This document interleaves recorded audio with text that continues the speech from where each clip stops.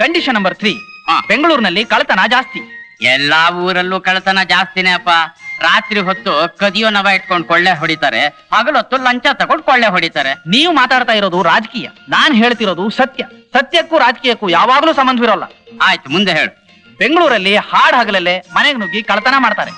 ನಾನ್ ಆಫೀಸ್ಗೆ ಹೋಗಿರೋವಾಗ ಕಳ್ರಿ ಯಾರಾದ್ರೂ ಮನೆಗೆ ನುಗ್ಗಿದ್ರೆ ಅವ್ರನ್ನ ಎದುರಿಸಿ ಹೋರಾಡೋಷ್ಟು ಧೈರ್ಯಶಾಲಿ ಆಗಿರ್ಬೇಕು ಆ ಹುಡುಗಿ. ಆ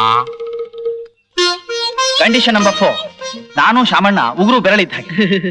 ಇದುವರೆಗೂ ಉಗುರು ಸುತ್ತು ಬಂದಿರ್ಲಿಲ್ಲ.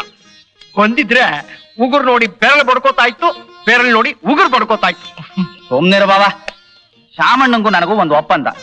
ಅವನಿಗೆ ಮೊದಲು ಮದುವೆ ಆದ್ರೆ ಅವನ ಹೆಂಡತಿ ನನಗ್ ಊಟ ಹಾಕ್ಬೇಕು, ನನಗ್ ಮೊದಲು ಮದುವೆ ಆದ್ರೆ ನನ್ನ ಹೆಂಡತಿ ಅವನಿಗೆ ಊಟ ಹಾಕ್ಬೇಕು. ಶಾಮಣ್ಣ ಮಾಂಸಾಹಾರಿ, ನಾನ್ ಸಸ್ಯಾಹಾರಿ. ಸೊ ನಾನ್ ಮದುವೆ ಆಗೋ ಹುಡುಗಿಗೆ ಮಾಂಸದಡಿಗೆ ಮಾಡೋಕ್ಕೂ ಗೊತ್ತಿರಬೇಕು.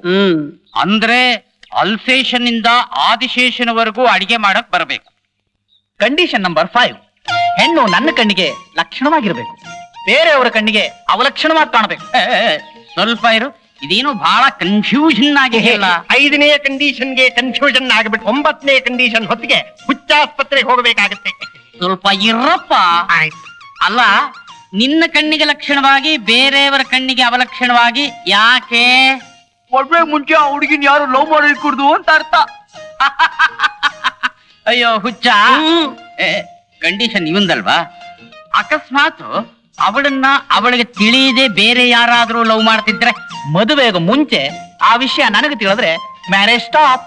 ಮದುವೆ ಆದ ಮೇಲೆ ತಿಳಿದ್ರೆ ಡೈವೋರ್ಸ್.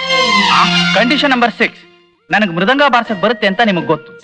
ಗೊತ್ತು, ಅದಕ್ಕೆ ಅವಳ ಘಟ ಬಾರಿಸ್ಬೇಕ? ನಾನ್ ಮೃದಂಗ ಬಾರ್ಸೋವಾಗ ಅದಕ್ಕೆ ತಕ್ಕಾಗ ಅವಳು ಡಾನ್ಸ್ ಮಾಡ್ಬೇಕು.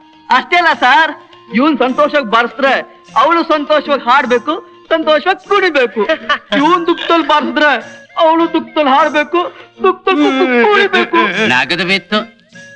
ನೆಗೆದು ಬಿದ್ರು ಹಾಡಬೇಕು, ಕುಣಿಬೇಕು.